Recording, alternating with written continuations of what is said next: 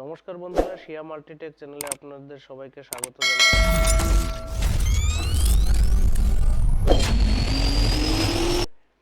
তো এই চ্যানেলে আপনারা সমস্ত চাকরি বাকরির ফর্ম ছাড়াও এর সঙ্গে বিভিন্ন ধরনের টেকনিক্যাল টিপস এবং অন্যান্য ফর্ম ফিল আপ ও কোনো সরকারি প্রকল্পের বিষয়ে আপনারা জানতে পারবেন। তো এই চ্যানেলটিকে সাবস্ক্রাইব করে রাখুন এবং পাশে থাকা বেল নোটিফিকেশন অন করে রাখবেন, যাতে পরবর্তী কোনো ভিডিওর আপডেট আপনাদের কাছে সঙ্গে সঙ্গে পৌঁছে যায়। তো আজকে আমরা আলোচনা করব যে এই পুরুলিয়ার অন্তর্গত এই যে রিক্রুটমেন্ট আছে আমাদের সিএমওএইচ এই অফিসের, তো এই অফিসে ডাইরেক্ট ইন্টারভিউর মাধ্যমে নিয়োগ করা হবে, সেই বিষয়ে আলোচনা করব এখন। তো এখানে আপনারা দেখতে পাচ্ছেন ফরম্যাটও দেওয়া আছে অ্যাপ্লিকেশনের জন্য এবং এদের নোটিফিকেশনও দেওয়া আছে। তো চলুন নোটিফিকেশনটা দেখা যাক। তো এখানে নেম অফ পোস্ট মানে পোস্টের নাম দেওয়া আছে আউশ এমও। এখানে এসেনশিয়াল যোগ্যতা কি লাগবে, এখানে রিটায়ার্ড পারসন হতে হবে,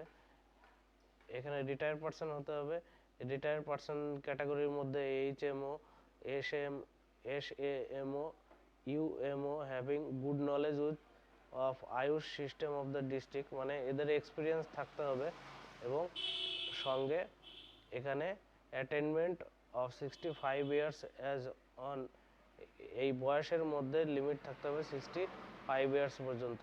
এদের রেমুনেশন অর্থাৎ কি হিসাবে বেতন দেওয়া হবে, ডেইলি পারপাস হিসাবে বেতন দেওয়া হবে, যেটা হচ্ছে প্রতিদিন 1000 টাকা করে। বন্ধুরা ক্ষমা করবেন, আমার দোকান আছে সাইবার ক্যাফের, কিন্তু ওটা রাস্তার পাশেই খুব, ওই জন্য যানবাহনের একটু আওয়াজের সমস্যা হতে পারে। এখানে পার ডে 1000 টাকা করে দেওয়া হবে। যে কয়দিন কাজ হবে এখানে বলা আছে যে অন্তত ম্যাক্সিমাম 20 দিন কাজ হতে পারে এক মাসের মধ্যে 20 দিন কাজ হতে পারে। এবার সেকেন্ডে বলা হয়েছে যে মাল্টিটাস্কিং স্টাফ এমটিএস পদের জন্য, এটা যে কোনো পদ হতে পারে। এর যোগ্যতা হচ্ছে অ্যাটলিস্ট মাধ্যমিক পাস হতে হবে এবং সঙ্গে কম্পিউটার জানা থাকতে হবে। দুটো পোস্টই কিন্তু বন্ধুরা এখানে জেনারেলের কথা বলা হয়েছে। এখানে এমটিএস এর ক্ষেত্রে এখানে প্রতিদিন 500 করে দেওয়া হবে, 500 টাকা করে দেওয়া হবে।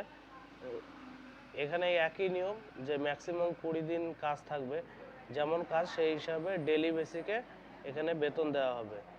অর্থাৎ এখানে যদি 500 টাকা করে 20 দিন দেওয়া হয়, তাহলে এখানে এক মাসে তার ইনকাম হবে হচ্ছে 10,000 টাকা। এবং উপরে যে পোস্টটা আয়ুষ এমও, এইটাতে এখানে 1000 টাকা করে দেওয়া হবে, 20 দিন কাজ করলে এখানে 20,000 টাকা করে দেওয়া হবে। এবার সিলেকশন কিভাবে হবে, ডকুমেন্ট ভেরিফিকেশন হবে প্রথমে, ফার্স্ট স্টেপ হবে ডকুমেন্ট ভেরিফিকেশন অ্যান্ড ইন্টারভিউ হবে, এর সঙ্গে সঙ্গে ইন্টারভিউ হবে। এবার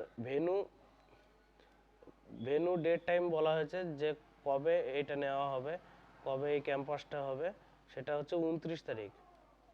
বন্ধুরা ঠিক শুনেছেন, 29 তারিখ, 29শে মার্চ 2023 29 তারিখে দেওয়া হবে। এখানে অ্যাড্রেস দেওয়া আছে যে কোথায় হবে, এটা হবে হচ্ছে বসুন্ধরা মিটিং হল, এই জায়গায় জেলা স্বাস্থ্য ভবন ক্যাম্পাস, রাঁচি রোড, পুরুলিয়ার রাঁচি রোডে, মানে যে জেলা স্বাস্থ্য ভবন আছে সেখানে বসুন্ধরা মিটিং হলে আছে।